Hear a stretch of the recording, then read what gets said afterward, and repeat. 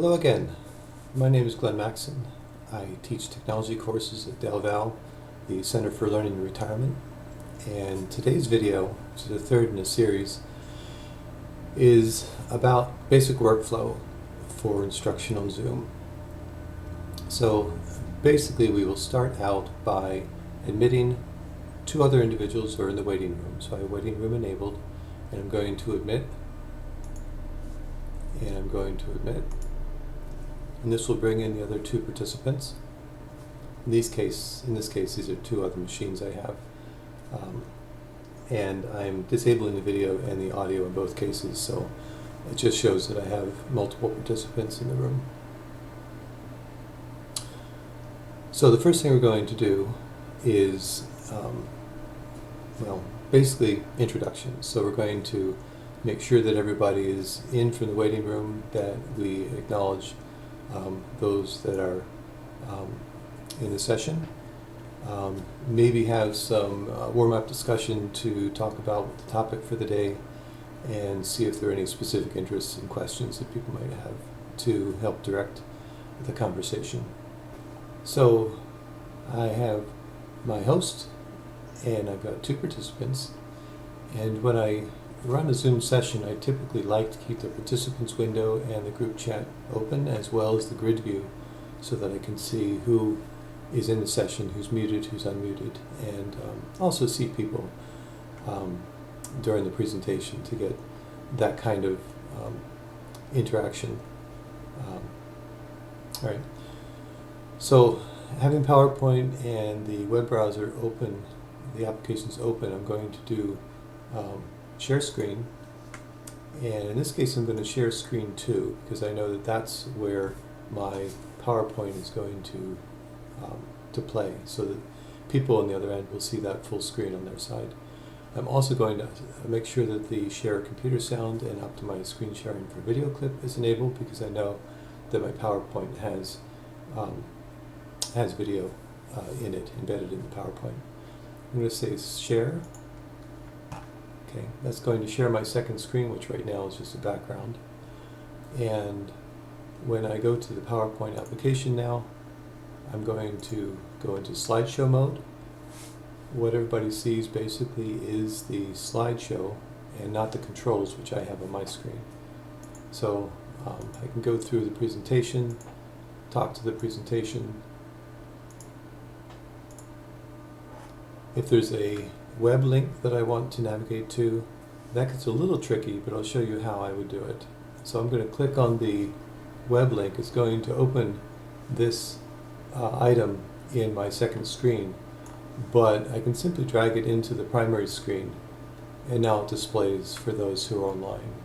So that's probably the way to do it, or I can just minimize that now, and if I go to another connection, it will automatically pop in the display that the users are seeing, because I'm displaying my second screen and the content that's on there. So I'll go ahead and minimize that again. We'll continue on. This has an embedded video, this particular slide. So if I'm going to Facebook has made itself so necessary to the online experience that for many people, it is the internet. And that's causing some major problems when it comes to user data and security. You can trace a lot of these problems to a phenomenon called the network effect. Facebook is network effects on steroids. It's an event calendar, a contact book, a photo album, it's a Okay, so that's the way the video would play. The end users see the video in full screen. The audio is quite good as long as you have those optimizations checked. When I'm all done, I'm going to hit escape, which will take me out of my presentation view, and then I will stop share. When you stop share, it brings you back to your grid view, which allows you to have interaction with your team, with your students, and also the monitor the group chat again. So during the sharing process, you would typically lose the access to this information, but I'm going to try something here to see if I can continue to monitor that. So I'm going to screen share again. I'm going to go to screen 2, share with optimization, and I'm going to start that presentation again in slideshow mode. Okay, and I can minimize this window here. Scale that down if I want to, and then I can monitor. Then I can also bring up the controls.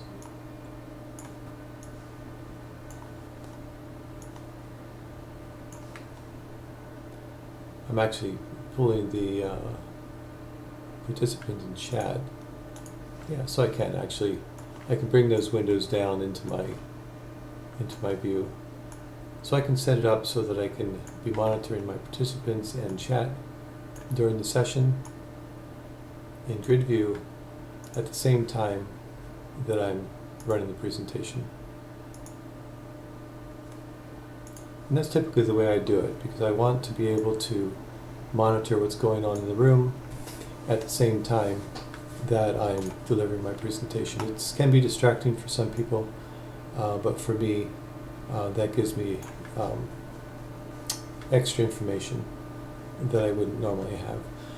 And it's the reason why I tend to like to have dual monitors, is because it gives you that control. You don't lose all this other information in the process of your presentation delivery. So once you're all done, we'll escape, we'll get out of that, we'll stop our share, and you'll have the grid view back. You can see what has happened on chat, and have your discussion, and then at the end, of course, you will end your session, and that will be complete. One other thing that I want to remind people to do is watch the time.